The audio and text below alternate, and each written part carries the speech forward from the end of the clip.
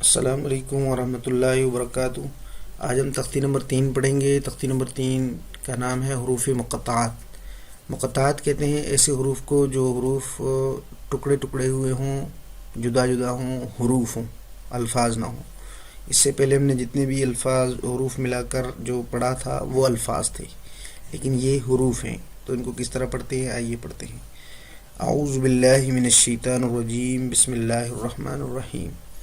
الف لام میم، الف لام میم صاد، الف لام را، الف لام میم را، کاف ہا یا عین صاد، طه طاسین میم، طاسین، یاسین، صاد، حامیم، حامیم، عین سین قاف، قاف نون۔